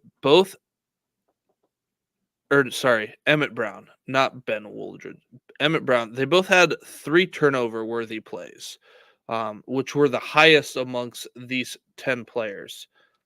Not highest amongst. That's been a knock on Joey Aguilar from a year ago. So, good to see that he wasn't at tops of that list this year, at least yet anyway. Yeah, at least not yet. Joey Aguilar, his turnover-worthy plays, a goose egg, a 0. So pretty good there. Then Ben Woldridge, he was last in pressures with 3. So that O-line kept him upright, which I'm trying to remember who they played. I think it was an FCS school. I believe you are correct. So like he had less than 3 pressures, which was, I don't know. Probably still good, right? Regardless of who you play, it's still pretty good. They played Grambling. So I envision like those pressures are going to go up as we get into conference play. And then again, Mikey Keene, a solid guy. He's there at 8. I kind of expect him to be in that 5 through 8 frame. Michigan's defense, that front 7 is pretty good. And he held his own. I mean, they weren't like light up the scoreboard type stats, but good enough to keep Fresno State in that game for a large portion of it. And then, hats off to Fresno State's defense. Granted, they didn't get a lot from the quarterback play there at Michigan, but Fresno State held their own in that game Saturday night. But again, Mikey Keene, Joey Aguilar, just these solid guys. The other thing to mention here with Mikey Keene is that second year in this offense. Same with Joey Aguilar, as he was a transfer last year, and kind of came on for, was it Ryan Berger? Got injured week 1, got kind of thrown into it. So, I expect big things from both Joey Aguilar and Mikey Keene this year. All right, let's move over to the running backs. All right. And then one thing I wanted to mention with Emmett Brown, he had the largest ADOT, average depth of target, with 15.9. And then the least amount of rushes, he only had 1 rush. So going to throw the ball, going to throw it deep. Nick Nash should be in for quite the year. Moving over to the running backs, Marquez Cooper, man, we probably should have seen this coming, right? A true freshman starting at quarterback there for the Aztecs, and Danny O'Neill. Marquez Cooper, a veteran, He's been in this Sean Lewis offense before, was productive in this Sean Lewis offense, and he certainly led the way here for the Aztecs in week 1. Yeah, he's leading the G5 in touches per game with 30. Number 2, Ismail Mahdi, favorite of ours, uh, friend of the show. We interviewed Ismail back in, I don't know, January, January, I think. February timeframe, somewhere around there. There's a lot of questions about whether he would be, sharing that backfield more, right? With all the talented running backs and depth there they have, and I think that answer was a resounding no. It seems like, right, based on what we saw here in week 1. Second in touches per game at 29. He again had an outstanding year, and look for him to be a big part of this Texas State Bobcat offense here in 2024. I honestly thought that there would be more of a running back split there in this offense. Yeah, I think especially everybody in week, did. especially in week 1. But he is second in touches per game with 29. But the thing that stood out to me that he only had 1.43 yards after contact. So it's kind of like get hit and go down type thing, which given his size, makes sense. But yeah, I definitely thought this Texas State team really threw me for a loop week 1. Thought they would, you get another quarterback that comes in there, and then Ishmael Mahdi not really sharing that backfield at all here week 1. Number 3, this is a bit of a surprise. He's up this high, and he is kind of the lone bright spot, if you will, for the Colorado State Rams week 1 versus Texas, and that's running back Justin Marshall. Had a good game there for Colorado State in that blowout loss to Texas. He's third in touches per game for the Rams. So if he could do that against Texas, just kind of wait to see what he can do when he wants to get into conference play in those Mountain West defenses. Yeah, 2.04 yards after contact against Texas. Yeah, we'll see how this season goes for Justin Marshall. And no one's surprised. They're probably surprised he's not number 1. But no surprise, he's in the 20. He's a 2020 guy, and that's Ashton Jeanty. Also, just once again, the 2020 guys for running back, we have it down there at the bottom. That's total touches and total yards on a per game basis. They got to be in the top 20 in both of those categories to make it to our list. But Ashton Jeanty, just he's a man amongst boys. Sometimes it looks like, right? And he is first in yards after contact with 8.05. Damn, like it, pretty awesome. That's pretty stout. So, number 5, man, is a surprise. It's a true freshman, Ahmad Hardy, UL Monroe. I don't necessarily expect him to stay here within this group as the year progresses. UL Monroe had some injuries there at the running back position to Hunter Smith, and I believe Azario Smith as well. And so I'm not sure that I don't necessarily expect Ahmad Hardy to stay on this list as we go along through the season. But stranger things have certainly happened. The schedule will get a lot tougher for UL Monroe, and so I don't know that they'll necessarily have as much success as they did against the FCS opponent here in week 1. But kudos to Ahmad Hardy as a freshman, kind of showing out here in week 1. 19 touches per game, 4.95 yards after contact, and like you mentioned, FCS opponent Jackson State here in week 1. Number 6, Floyd Chalk, San Jose State. We talked about him earlier. We thought, the reports were it'd be a 1A, 1B situation with him and Jabari Bates. I think he kind of put that to rest.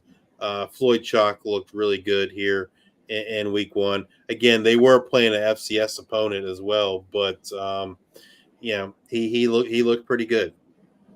And then if you guys are playing fantasy, something I just kind of noticed is he's going to need that volume. He had 87 yards on 18 rushes. He added one reception that got him to 104, had 2 touchdowns, and that was against Sacramento State.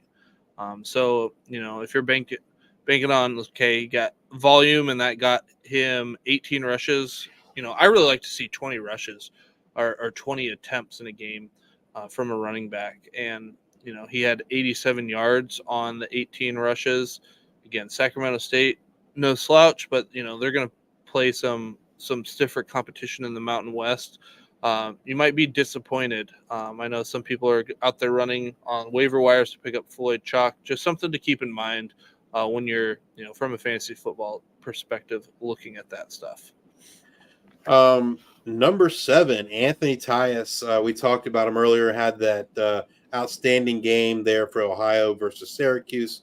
But we do, we like Luke said, we expect it's going to be a hot hand approach. So it'll be interesting to see, how he does this week in that game against South Alabama, and is he the one with the hot hand, or is it Ricky Hunt Jr.? But Tyus looked really, really good week 1 versus Syracuse. And there was only one player who had more forced missed tackles in the G5 than Ashton Jeanty, and it's Anthony Tyus. He had 14 compared to Jeanty's 11. So that's kind of, if you didn't get to watch him, think of Ashton Jeanty and hey, he was just a little bit better this week in terms of making people miss. So that was number 1 for this list and number 1 in the G5. And then rounding out our running back group here is Mr. Reliable, Quentin Cooley, down there at Liberty. Their offense is super efficient. They as we expected, Billy Lucas is healthy, and so we saw a good amount of rotation there, sharing the backfield there with Quentin Cooley. But Quentin Cooley was still productive for the Flames here in week 1. And then, like Justice mentioned, these are in rank of total touches. So Cooley was last with 16. He had 7 missed tackles forced and 3.81 yards after contact. Let's move over to our receivers. And boy, do we've got a list for you in receivers having a breakout week 1. We are going to start number 1, Nick Nash, San Jose State. He had the highest ADOT average depth of target with 17.4. We've got number 2, Damon Ward, North Texas. He leads the group in yards with 230 yards receiving. His ADOT was 13.1. So while we talked about Chandler Morris not having a very high ADOT, when he was targeting Damon Ward, that was double his ADOT from the whole game. Then we've got wide receiver Coleman Owen from Ohio, 10 receptions on 14 targets, an ADOT of 11.4. You like to see that over that 10 yards there. And then, hey, Justice, somebody from Old Dominion makes the list. You had Isaiah Page, 8 receptions on 14 targets in week 1. You talked about how you have heard this offense kind of take a step in year 2, and mainly those wide receivers with a lot of their choice routes, figuring out exactly what they need to do. You kind of heard a lot of year 1, a lot of the wide receivers kind of picking the wrong thing or all picking the same thing. All picking the deep routes and then leaving the quarterback kind of out to dry. No one going short, and so the quarterback getting a lot of sacks. So yeah, he was 3rd in targets and 8th in yards. So maybe this is something that we see, and people are maybe curious on that Isaiah Page is here. He might stick around if this is something that is starting to click. I mean, I think he's going to get the receptions, right? But I don't necessarily think he's going to get the yards that he did in week 1. He caught like 70-yard pass, I think it was, for a touchdown. And so that's where the bulk of Isaiah Page's yards came from. I don't necessarily know that I see that in his future every week. I do expect him to lead Old Dominion in terms of receptions, but I don't know that he's going to get that 70-yard pass once a week to kind of bolster those yard numbers. But he's certainly going to get targeted a lot. He's certainly going to get a lot of receptions.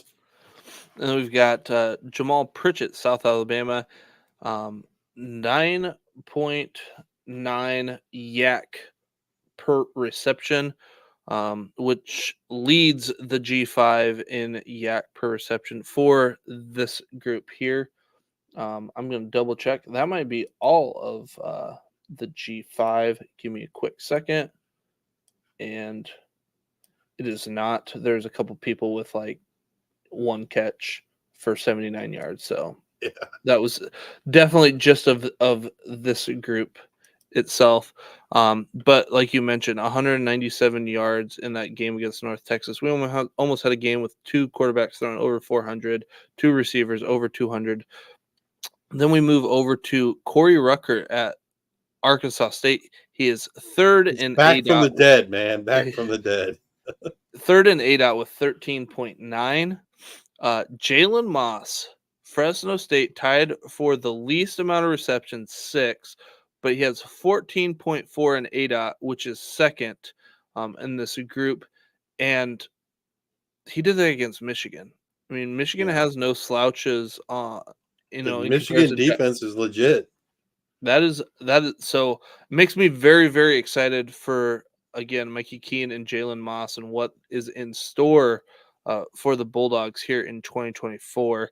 Again, he only had the 6 receptions, but this might be the floor game here. Then we have Dante Ross, Troy, fourth in ADOT with 13.8. You've got Caden Robinson, Appalachian State, solid showing, 8.3 ADOT. We want to see that closer to 10. But like I said, he was like 8 for 10 interceptions, 103, no touchdown. Probably gets a touchdown. Like, I don't know. Just seemed like he had a touchdown every single week last year. But he's just a solid, like, App State's just going to be the solid team. Like I said, I'm very, very excited to see Clemson. And then we've got wide receiver from Kent State, Luke Floria. He is tied for last in receptions with Jalen Moss at 6. So he is, just making the list here. Number 13 in target ranks, tied with several others. Number 13 in yards ranked. But what stands out is that 10 targets in week 1, 6 receptions, 104 yards, 1 touchdown, ADOT of 12.1, 8.7 yak per reception. Not a name you're familiar with. Might be one to pay attention to. All right, let's move over here to the tight ends, and as I said earlier, Bowden Grown kind of led this tight end group here in terms of targets here in week 1 for the G5 anyway, with 8 targets. EJ Warner throws to their tight ends a lot at Temple, and they lost Luke McCaffrey, and we kind of suspected that, hey, maybe if there isn't a receiver that steps up, it'll be Bowden Grown and Dean Connors kind of picking up that slack. And so Dean Connors kind of did that here in week 1. I'm sorry, Bowden Grown did that here as well as Dean Connors in week 1 with 8 targets. He had 5 catches, 43 yards. I think it's kind of what we expected here from Bowden Grown. Now, number 2, I don't think anyone saw this one coming. Tight end Colin Weber at Charlotte. Like Luke mentioned, Max Brown was throwing it around. Didn't necessarily have a lot of yards, but had a lot of pass attempts. And Colin Weber actually tied Bowden Grown in terms of targets there with 8 targets. He caught 6 balls for 45 yards. So, tight ends are always you're always looking for production from tight ends, and so Colin Weber kind of interested to see what he can do. Can he keep it up here in week 2? Number 3, Grayson Barnes, Northern Illinois in terms of passing really shocked me. Right, Ethan Hampton had a pretty high. I think he was almost, if he wasn't over, he was close to 300 yards, which is a little bit of a shock for that Northern Illinois offense. There, usually they're a smash mouth, play good defense kind of team. But Grayson Barnes here was a beneficiary there of that. He had 6 targets and 5 catches, 95 yards and a touchdown. So a good game there from Grayson Barnes. And then probably the best tight end in all of the G5. No shocker there at number 4, Harold Fannin Jr. had a solid game as always there for Bowling Green. Be interested to see if they try to get him involved more in the passing game. The rushing game. It always seems like, they always try to, give him a couple carries, throughout a game. And so be interested to see if that will continue here in 2024 for Harold Fannin Jr. And then number 5, another surprise, tight end Dorian Fleming, Georgia State. Georgia State is a team that could always be, in a negative game script in terms of, being behind and having to pass the ball a lot. And so Dorian Fleming could benefit from that. He had 5 targets, 4 catches for 68 yards and a touchdown here for the Georgia State Panthers. All right, moving on to the defensive line. As I said, for defensive line, we're kind of looking at havoc rate. Havoc rate is a real long calculation, but it takes into account sacks, QB hits, QB hurries, tackles for loss, stops on 3rd and 4th down, and that's all divided by the number of defensive snaps that a guy plays. And so, no shock here. Mike Green is number 1 in terms of havoc rate. For defensive linemen, Mike Green from Marshall was my defensive player of the week. His havoc rate is a 0.24. So great game here, week 1 from Mike Green. Number 2, defensive tackle. And so it's kind of, he's the only defensive tackle on this list. You don't necessarily think of defensive tackles in terms of pressures, but East Carolina defensive tackle Deonta Johnson got it done here week 1. I'll be interested to see what he can do against Old Dominion. I get to see that game in person here in week 2, but he had a havoc rate of 0.22. Next up, defensive end Jesse Evans, Louisiana Tech, havoc rate of 0.22. Number 4, Ben Bell. Ben Bell is someone we've talked about on this show a couple times. Outstanding defensive end there for the Bobcats. He ended up with a havoc rate of 0.19. Ben Bell was someone we talked about in addition to Mike Green. Both of those guys were mentioned in our Worker Bee series with their respective beat reporters. And so great to see those guys kind of have a great start here in week 1. And then the last guy was also mentioned in our Worker Bee series as a standout on the defensive line, and that's Stephen Daly over at Kent State. He had a havoc rate of 0.17. So these are the guys kind of, causing disruptions in the backfield, whether it's, quarterback sacks, stuffing the running back for a loss, those kinds of things. These are the guys kind of creating havoc for other offenses here in the G5. All right, moving over to linebackers. These are the top tackles, guys. Tackles per game. Number 1 in the G5 was Dorian Hopkins, UTEP. Tyrese Knight left the void there, and Dorian Hopkins looked like the man that's kind of stepping up to fill that void. Dorian Hopkins had 17 tackles here in week 1. Next up, Blaine Myrick, South Alabama. Looks like he's maybe going to be headed for a breakout type season there for the Jaguars with 13 tackles. This next one, this is a guy like I'd never even heard of until I started looking at these stats, and that's linebacker Donald Willis at Western Michigan with 12 tackles in week 1. These last 3 guys all have 12 tackles Jackson Ambush, Florida Atlantic. We talked a little bit about him on our Worker Bee series there with Robbie. And then rounding things out with the 12 tackles per game, Jordan Pollard for San Jose State. He looks to be the leader of that Spartan defense here in 2024. Moving over to the defensive back, as I was mentioned earlier when we started this, the defensive backs, we're looking at adjusted net yards per coverage snap. How you get to adjusted net yards, it's a formula, but basically it's the yards against you against the so you're covering this guy. These are the yards that he got against you. You would subtract any interception yards that you got.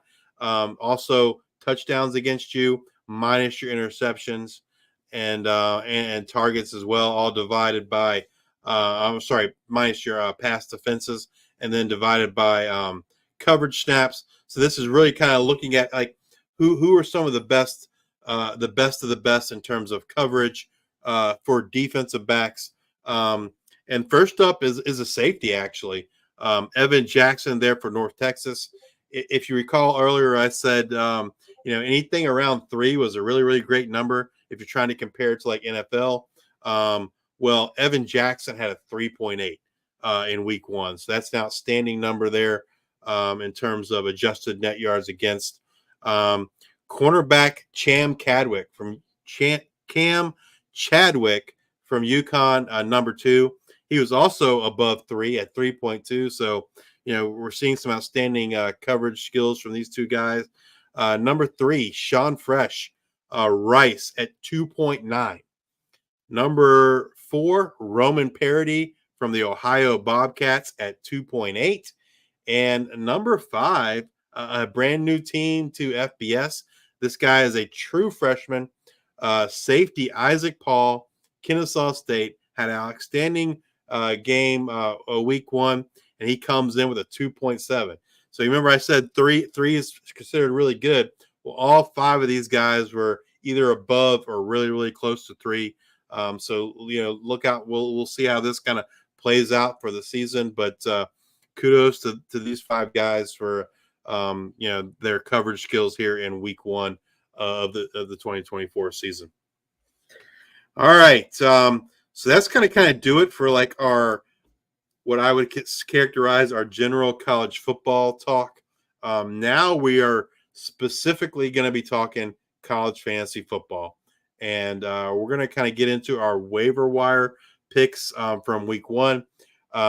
This segment will be probably much bigger tonight than it will ever be, right? When you say, Luke, because week 1, so much changes after week 1 in terms of pickups, and so things are going to look drastically different next week. There won't be as many guys to talk about, but just for FYI, we're looking at guys that are 30% owned or less. So if they're above that 30% threshold, we don't mention them. If they're below that 30% threshold, that's kind of the guys we're mentioning.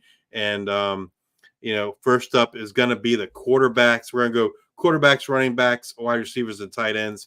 And so why don't you kick us off there with the quarterbacks, Luke? You're on mute, Luke. Mute button got me. Let's go with Gio Lopez, South Alabama, 23% owned.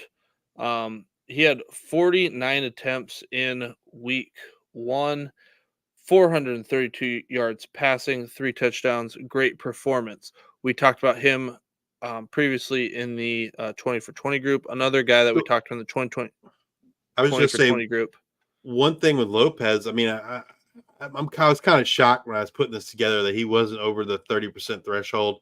I think people just got scared off because of the the poor performance in the spring game, right, where he didn't complete a pass, and then there were some murmuring rumblings in one of the scrimmages that he didn't look that great. But man, like he maybe he's just the guy that turns it on when the lights are on, right? Because the 2 times he started, he has played outstanding. Yeah, absolutely. Then the other guy in our 2020 guy was JC French, Georgia Southern, 1% owned, so he is widely available. Again, 50 pass attempts, 322 yards passing, 2 touchdowns. Absolute beast on the ground as well. Devin Dampier, a guy that did not make our list, but he plays for New Mexico, 14%. He had 9.5 rushing attempts per game, not including sacks. So that's a guy to keep an eye out for. They really unleashed him this week, man. Like Yeah, it was awesome to see. It was. I don't want to say night and day difference, but I want to say night and day difference when it comes to the rushing.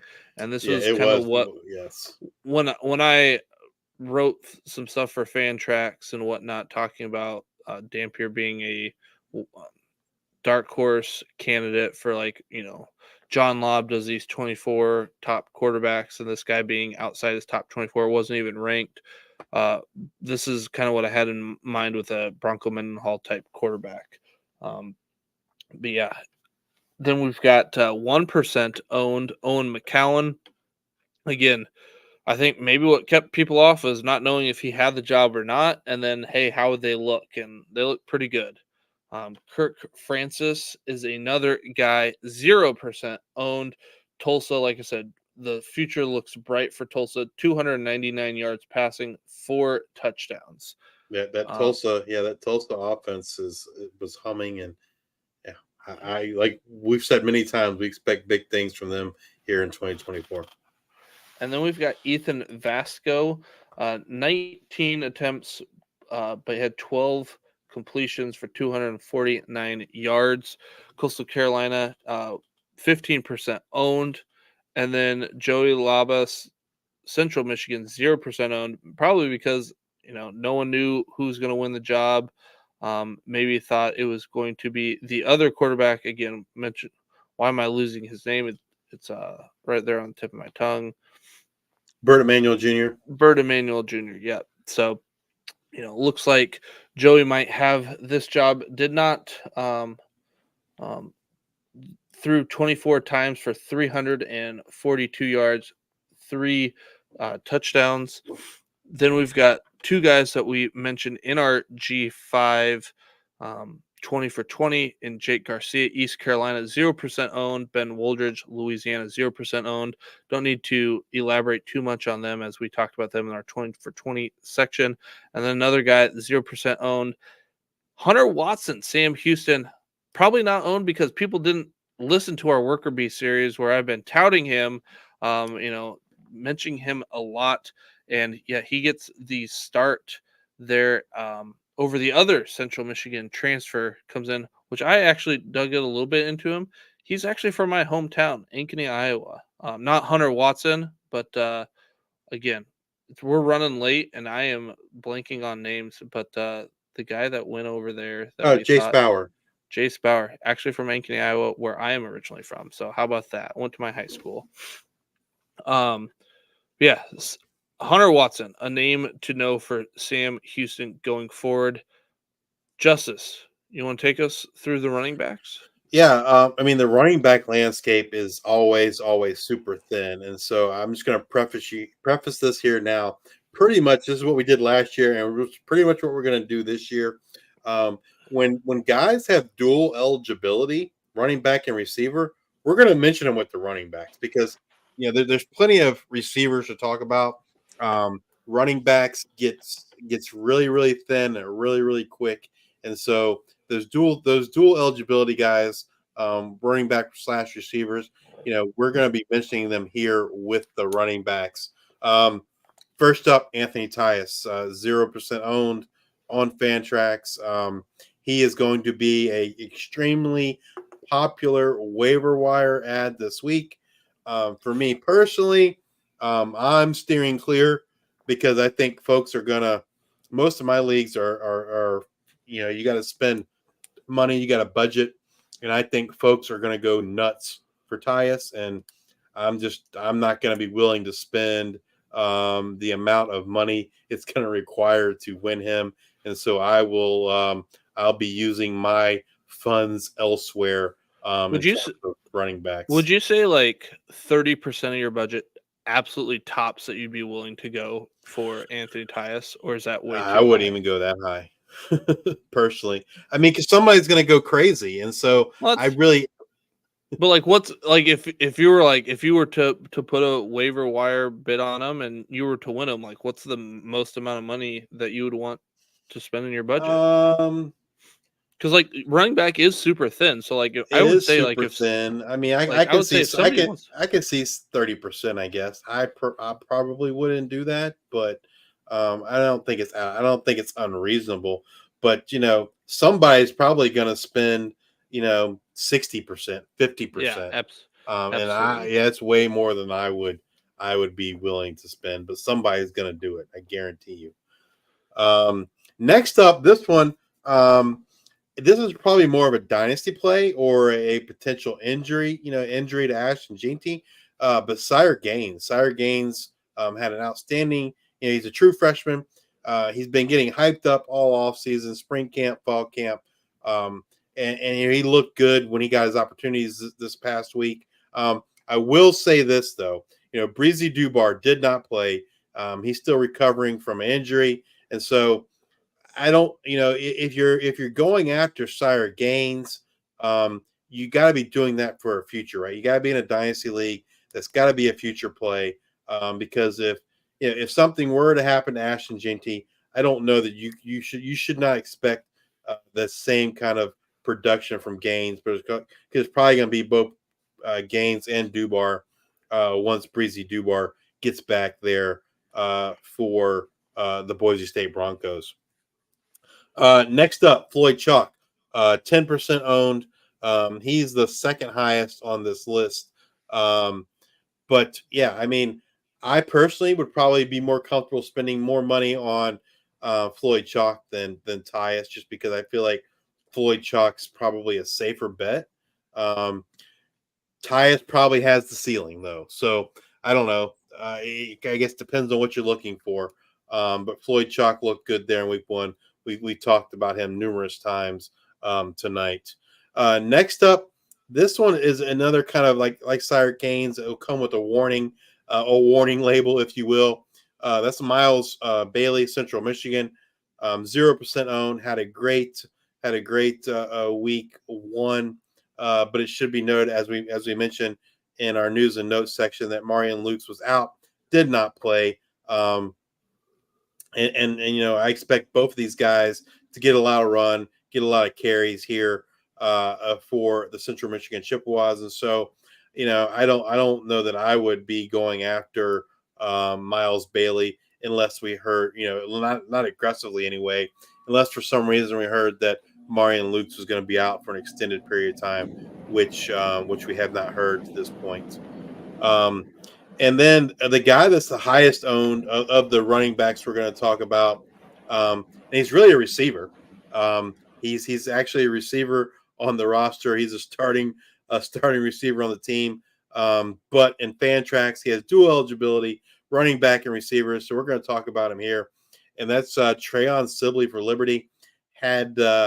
He was the leading receiver this week for Liberty.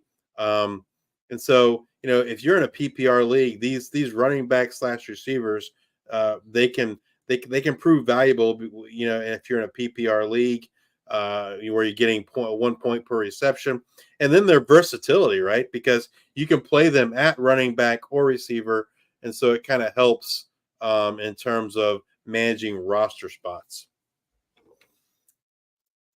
Next up, Seth McGowan. If you're saying the Oklahoma Seth McGowan, it is the Oklahoma Seth McGowan. He left Oklahoma. He was at JUCO last year, and now he has resurfaced for New Mexico State. Shared backfield, but Seth looked good. His chances. I think he had like 11 carries, just over 100 yards and a touchdown. He's also 0% owned. He's got. I mean, if I'm going to bet, I'd rather take a low cost bet on Seth McGowan than a high cost bet on Anthony Tyus, just because of the cost involved, right? I think Seth McGowan, he's got that pedigree. He showed what he can do here in week one. The question is, can he take control of that backfield? I think it's possible. And And I think what you're going to have to give up to get Seth McGowan is super reasonable. And so like he's someone I'd rather take a shot on him per se than like an Anthony Tyus, just because of the cost involved. Next up, Jalen John, UMass. We've seen productive running backs from UMass. Kieran Adams, Lynch, went over to Michigan State. Looks like the better running back there at Michigan State, but he left that void, and Jalen John seems to kind of have picked that up and kind of run with it. And like I said, we've seen UMass running backs be productive in the past, so Jalen John's another one to kind of take a look at. And then these last two guys kind of fall in that Trayon Sibley mode. They both have dual eligibility. The first one is Cam Thomas. Cam Thomas is listed on the UTEP roster as a minor back. And so that's a running back / wide receiver hybrid. But he does most of his damage through the air. I think he had 7 catches, 70 some odd yards, and a touchdown in week 1. And so, that's good production if you're in a PPR league. And then the last one here is someone he was mentioned as the breakout player on our Worker Bee series for the South Florida Bulls, and he is a running back. They have used him at receiver some, but he started his career as a running back, and he led South Florida in rushing here in week 1, and that's Kelly Joyner. And so again, dual eligibility. He's also 0% owned, as is Cam Thomas. And so, these dual eligibility guys kind of can help you save some roster spots there for running backs. And so, again, a couple of them aren't true running backs, but they have running back eligibility here in Fantrax. Let's move over to the wide receivers. What do you got for the wide receivers, Luke? The mute button will not get me this time. Wide receiver, Damon Ward, North Texas, 29% owned. Nick Nash, San Jose State, 23% owned. Both mentioned in our. I don't think we'll be talking about either one of these guys on this segment next week. We will not at all. I will be shocked. A guy that I believe we will be talking about next week, because I don't think people like his usage yet, but that's Travion Rudolph, Northern Illinois, 18% owned. He went 4 for 4 for 104. He's a guy that you just want to get out in space and let him do his thing. University of Northern Illinois is going to be running the ball quite a bit. They did sling it around quite a bit this week. It does kind of suck. He only got 4, receptions and the 4 targets. I mean, he did catch all of them. But yeah, 18% owned, 104 yards. Just think back. I think it was a game against Buffalo 2 years ago when he was a true freshman and had for like 230 yards receiving or whatnot on a Thursday night or Tuesday night MAC game. But yeah, then we've got Corey Rucker, Arkansas State, 11% owned. We talked about him in our 20 for 20 matchup. And I would like to highlight, like, any of these guys that are in our 20 for 20 and they're here in the waiver wire, that means they're getting the receptions, or that means they're getting the targets and getting yards. That means they got to catch the ball. So you're getting the targets, you're getting the receptions, you're getting the yardage. Kyrese White, or Rowan on Fantrax, is Kyrese Rowan, right? Yeah, it's Kyrese Rowan on Fantrax, but the roster and everything is Kyrese White. So just kind of FYI, Kyrese Rowan on Fantrax, Utah State, 0% owned, 31.38 out. That is highest in the G5 with anyone who had 4 or greater amount of targets here in week 1. Again, a 20 for 20 guy, 0% owned. Isaiah Page at Old Dominion. Coleman Owen at Ohio, 0% owned. Devontae Ross at Troy, 0% owned, and Luke Floria at Kent State, 0% owned. All of those guys, Isaiah Page through Luke Floria, all 0% owned, all in our 20 for 20. If you want to take a wait and see approach, okay, out of those groups there, I'm most intrigued by Coleman Owen at Ohio, 0% owned. But yeah, that would be who I would look at in this whole group. I think I like Nick Nash more than Damon Ward. I don't know about Yep. you, Justice. There's just something about that San Jose State schedule that doesn't really scare me. That I Well, feel pretty confident. and I think there's more competition for balls at North Texas than there is at San Jose State as well. So yeah, I'm with you. I prefer Nick Nash over Damon Ward, and of this second group here, Coleman Owen would be my preference as well. And then, like Wilson Roofing said earlier, and you mentioned earlier, there was the second leading receiver Landon Sides. out there for North Texas. Again, if you guys are watching us on YouTube, if you're watching us on X, feel free to drop any questions that you have in the chat. We haven't seen anything in a while. Then we've got wide receiver Luke Wysong, New Mexico, 0% owned.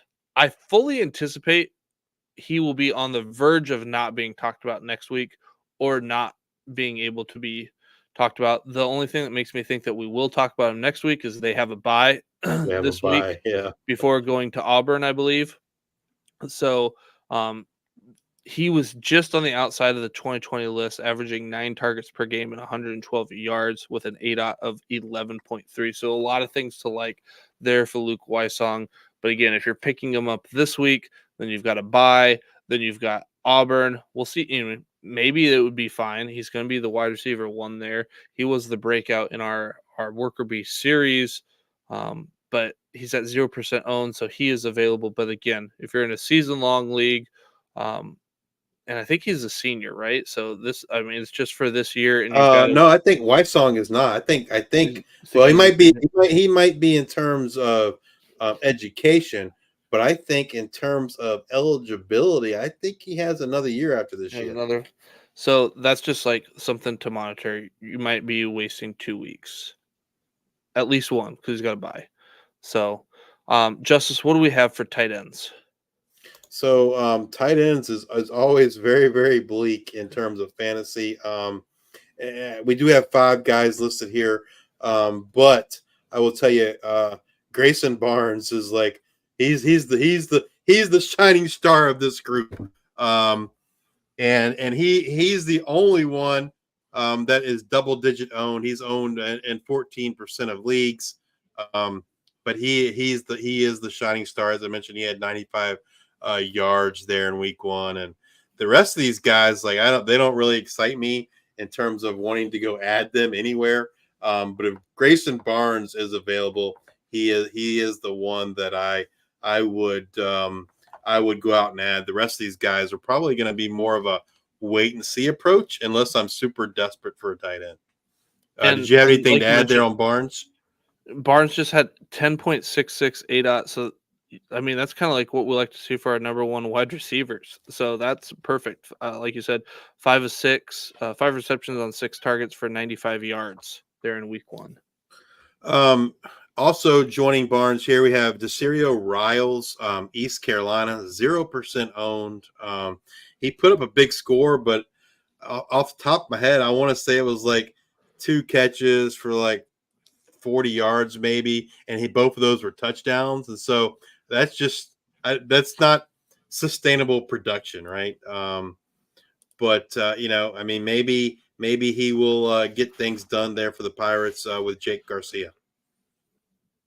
His ADOT was a 17.3. Connor Vaughn, kind of the same thing. Connor Vaughn from Tulsa, kind of the same thing as Riles. I think he only caught 2 balls, but they both went for touchdowns. Again, you can't count on that. Touchdowns is really what kind of makes and breaks tight ends, right?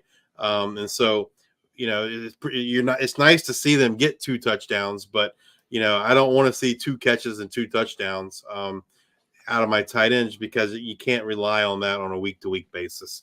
Connor Vaughn's ADOT was a 19.5. He's 0% owned.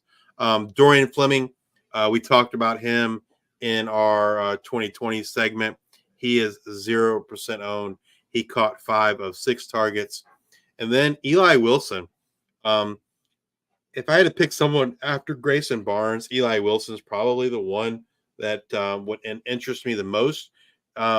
He's never gonna like go crazy for you, but he's always gonna catch a couple balls. He'd probably catch a touchdown every other week, maybe. But and so I do think that Joey Aguilar looks to him in the red zone. So if I was going to take a shot on someone other than Grayson Barnes among this group, Eli Wilson would be that one guy, and he is 9% owned in Fantrax. He caught 4 or 5 targets in week 1, but his average depth of target is less than 2 yards. And so again, like I said, it's the touchdowns for him, just like it is for any tight end. Tight end landscape is always scarce. So some of these guys, like Barnes and Wilson, maybe I would add. The other guys are probably going to be more along the line. So let's keep an eye on them. See what they can do here in week 2. Can they be more? Can they show some consistency, which is really kind of what you're looking for, I think, out of a tight end. All right. Well, that's going to do it for us this week. Come back and join us next week as we discuss what happened in week 2, as well as look forward to week 3 of the 2024 season. And as always, bring you up to date on the latest news and the happenings in the world of G5 college football. If you're watching us on YouTube, please hit that like and subscribe button. If you're watching on X, please give us a retweet, like, follow, and if you're listening to us on Apple Podcasts or Spotify, please subscribe and leave those 5-star ratings and reviews. Thank you all for your support, and until the next time, we are the G5 Hive.